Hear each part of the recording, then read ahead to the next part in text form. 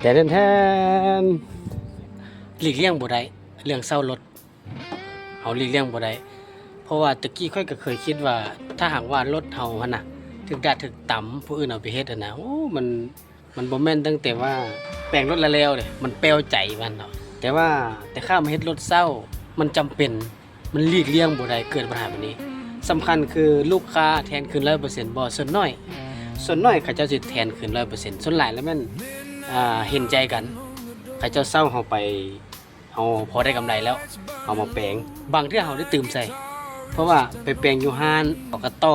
ตกลงกันได้ยากว่านะสิ่งที่เขาต่อหันตกลงกันบ่ได้